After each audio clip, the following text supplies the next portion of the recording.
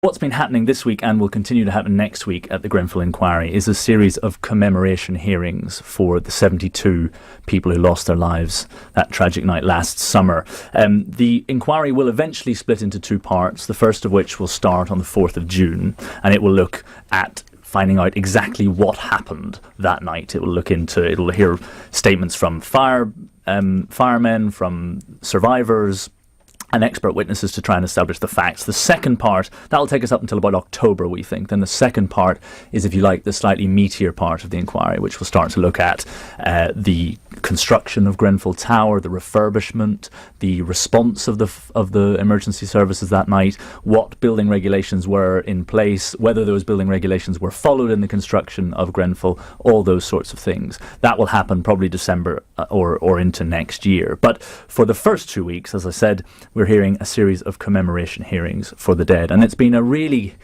deeply emotional week, actually. Yes. I find it quite difficult to cover. It's sort of the equivalent of attending 4 or 5 funerals day after day for a week. And almost yesterday I find that the trickiest day, I think, almost because it's a cumulative thing. You start to become aware of the scale of this. And any one individual story is tragic, but the weight of 20 of them really starts to weigh down on you. So what I thought we would do this week is just bring you a sort of, I don't want to highlight any one person's grief over anyone else's, but just bring you a short selection of the kind of things that we've been hearing at the inquiry this week, and just play you a series of clips. It's just worth a quick health warning. I've been giving them all week, but just that some of what you are about to hear is quite distressing, but I think it still merits attention. It's not so much descriptions, it's other people's emotional pain that is likely to upset. Exactly, and we've been hearing a lot of that. But everyone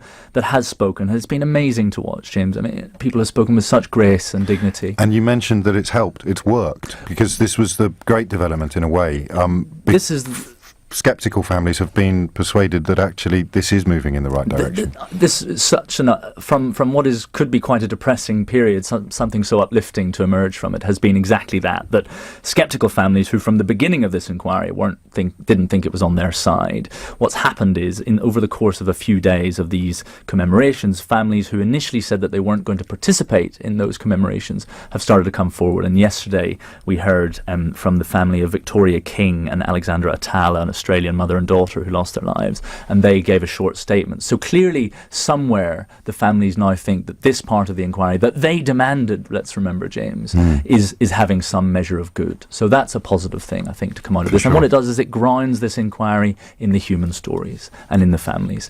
So let's turn to a few of the highlights that I've selected for this week. I think it's worth starting actually with the first commemoration that we heard. This was on Monday, and Marcio Gomez and his wife took the stage and spoke very movingly of the youngest victim of the Grenfell fire, which was their unborn son, Logan, who was stillborn in the day after they were evacuated from the fire. And he spoke passionately. They had a really affecting image on the screen behind them, which will always stay with me, it was the wall of the nursery that they'd prepared for Logan, and it just said, "Twinkle, twinkle, little star, you never know how much or how loved you are," is what it said. And he spoke deeply affectingly, but very, very passionately about his unborn son, Logan.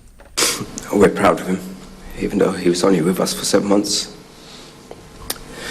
But he certainly is always going to be a part of our lives. And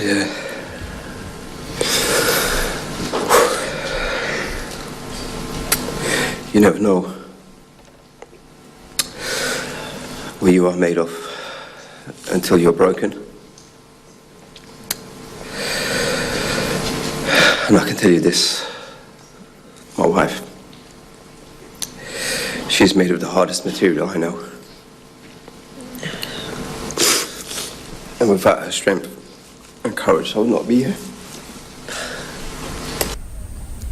It's still difficult to listen to now as I listen back to it, James. I think there's something even more upsetting about the number of young lives cut short Yes. by this tragedy, and I think that's a theme running through the clips I've selected for you today. The next one I want to play you, this was on Wednesday, I think, but we had 2 days of commemorations actually for a family, Rania Hassan and her 2 daughters, Fatiha and Rania Ibrahim was her name, and 2 daughters, Fatiha Hassan and her sister Hania.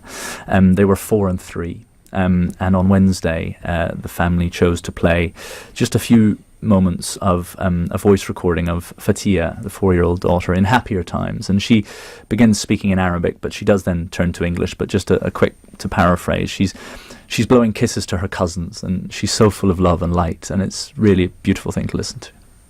أنا أحبكم كثيرا باقر، أنا أحبك أبوسك وأدي لك بوس مصطفى، أنا دي المبوس عائش دي البوس مودة. I want to hug you مودة, I want to hug you Mustafa, I want to hug you Aisha, and do something with yourselves. Thank you, bye-bye. There's no words. No, and that clip was played to probably the deadest silence that I heard all week in the room. It was She's so alive. Yeah, and so full of light and joy.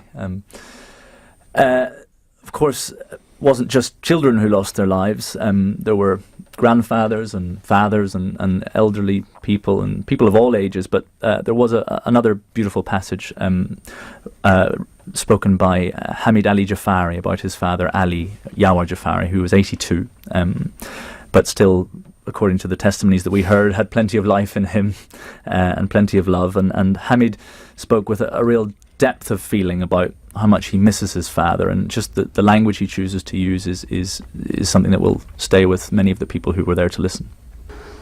I've never dreamed or thought of going to the heaven, but now I fight every day, every second, because I wanted to join my dad. And I pray every day. And even I request my friends to pray for me that I die soon to meet my father. Finally, I'm really sorry, Dad, that I couldn't bring any happiness or smile back on my mother's face and 2 sisters. Miss you, Dad. Such grief to even want to pray for death is something that it's just impossible to even It's really comprehend, it's James. so important, this. And when it was first conceived, it was possible not to fully understand why it was happening or whether it was wise, but you just recognise how important it must be for the families, the survivors, the grieving, to be heard and seen. Absolutely, and to feel like they are actually at the centre of all of this. But it has the other effect, I hope, one can only hope, that one of the things that has emerged from testimony after testimony is in some ways the inability of families to grieve, yes, because they haven't had bodies to bury, they haven't had several people stood up and said, I'd love to give you the presentations, I should explain, have been through either speeches or video formats or anything, and several people have stood up and said, I'd love to give you a beautiful video presentation of all my favourite photographs of my grandfather, but I can't. They've all gone. They've all been They've burnt, all gone. and all of their treasured possessions. So one can only hope that this process affords those families some element of or some sense that they are able to say goodbye. One final thing, one final clip that I want to play you. This was only yesterday, but this was one of the most affecting things I listened to. I actually struggled to play it to yesterday on the radio. And this was Winta Afwerki speaking about her elder sister Amal Ahmedine, who died with her husband Mohammed Nur Tuku and their 3-year-old daughter Amaya Tuku Ahmedine. And Winta spoke beautifully, and she spoke about, at the beginning, about how when she was younger, her elder sister Amal would hold her tight when she was having bad dreams, and in her beautiful phrase, squeeze the nightmares away. And she then used that phrase again in one of the most striking passages of the week, I think. Amaya's laugh was infectious. Her whole body would shake and she would jump up and down.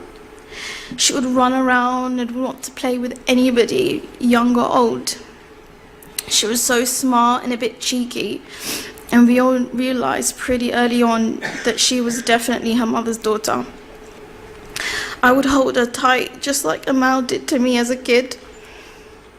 And that's how they were when they were being burnt alive, holding each other so tight, trying to squeeze the nightmare away. Till this day, and for the rest of my life, I will never accept that they are gone. That's an image that I can't get out of my mind. No, and we will do. I mean, obviously, it's just the first 2 weeks of the inquiry that are focused upon this testimony, but we'll make a regular appointment at the end of each week during this inquiry to catch up with developments there. Would you just allow me to say that if you need to talk to someone, you must. Journalists are no more immune to the emotional impact of these sort of things than anybody else is. Matthew Thompson, thank you so much.